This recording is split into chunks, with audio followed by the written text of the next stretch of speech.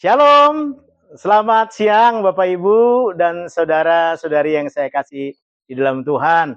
Bersyukur hari ini kita bertemu kembali dalam core message minggu ini.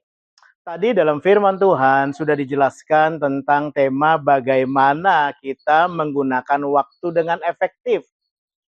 Dalam Mazmur pasal yang ke-90 ayat 12 dikatakan, ajarlah kami menghitung hari-hari kami sedemikian supaya kami beroleh hati yang bijaksana. Saya melihat dalam sejarah Alkitab ini, Mazmur 90 khususnya, itu merupakan Mazmur tertua yang ditulis oleh Musa, penulisnya waktu itu. Nah, sebenarnya Musa bukan menyatakan ini sebagai doa saja, tetapi ini satu peringatan bahwa kalau bukan karena Tuhan, maka kita tidak ada sampai sekarang ini. Saudara, bagaimana kita menggunakan waktu dengan efektif? Bagaimana kita membangun kehidupan rohani kita untuk waktu yang Tuhan sudah berikan setiap hari? Yang pertama, kita mesti menyadari bahwa Tuhanlah yang memiliki waktu. Waktu ini punya Tuhan, bukan punya kita. Kalau saya bilang saya tidak punya waktu, itu maksudnya pernyataan saya sebagai manusia tentang kegiatan yang saya lakukan. Saya punya waktu atau saya tidak punya waktu. Tetapi maksudnya adalah Tuhan pemilik waktu yang kita hidupi ini. Dia menciptakan dunia ini selama 7 hari, 6 hari menciptakan, dan hari ke-7 Tuhan menguduskan hari itu menjadi hari perhentian, saudara. Dan Tuhan kasih waktu yang sama bagi manusia. Semua orang dikasih waktu yang sama, 24 jam sehari dan 7 hari dalam seminggu.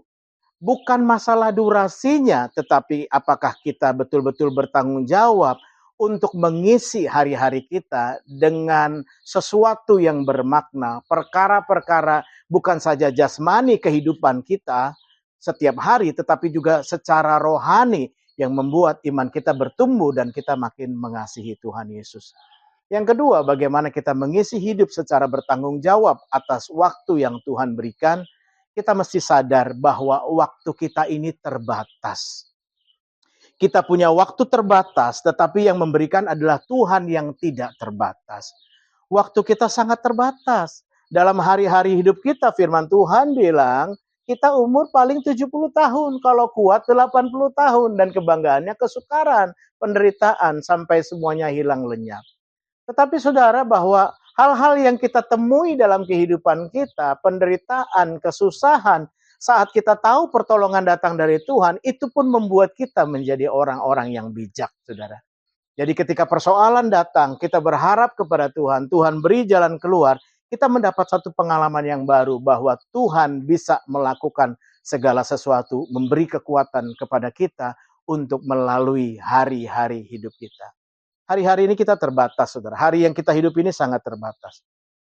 Rentangan waktu yang kita hidupi mungkin panjang, tetapi usia cuma 70 sampai 80.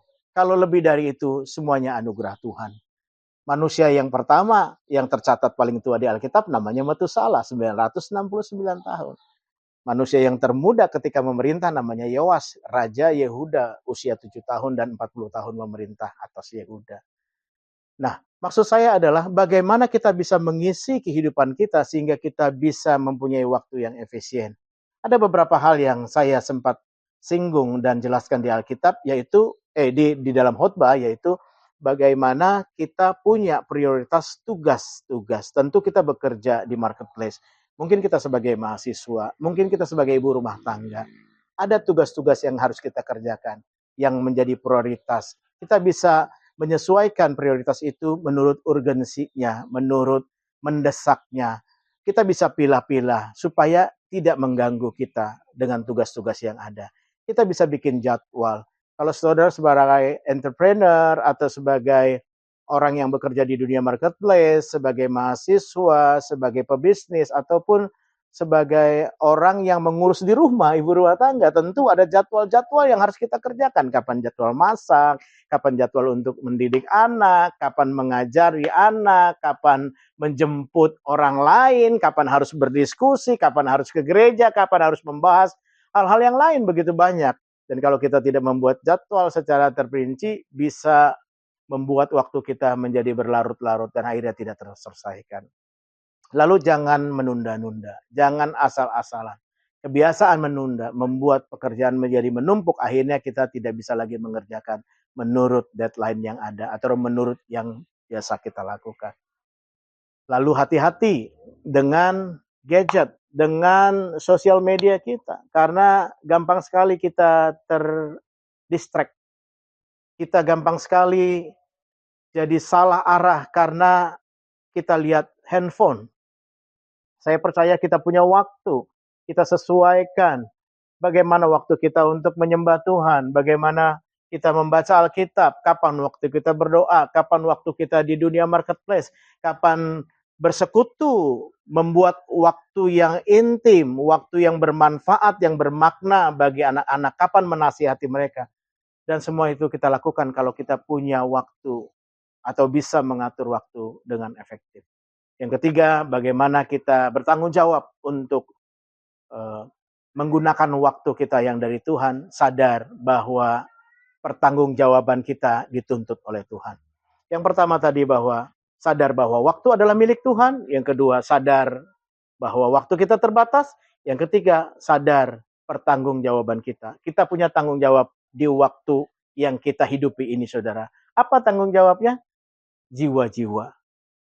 Kalau kita memberikan waktu untuk jiwa-jiwa, kita berdoa, kita serukan kepada Tuhan. Ada keluarga kita yang belum mengenal Tuhan. Ada orang-orang lain yang Tuhan taruh di hati.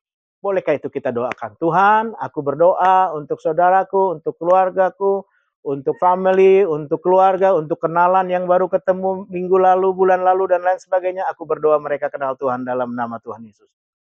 Ukurannya adalah jiwa. Karena Tuhan akan pertanggungjawabkan waktu yang kita hidupi ini adalah untuk memuliakan Tuhan. Jadi menghitung hari, apa yang dikatakan Mazmur pasal 90 ayat 12 di situ, bukan menghitung durasi waktu harinya, tetapi apakah hari-hari kita bermakna untuk lebih mengasihi Tuhan Yesus. Tuhan Yesus memberkati kita. Shalom.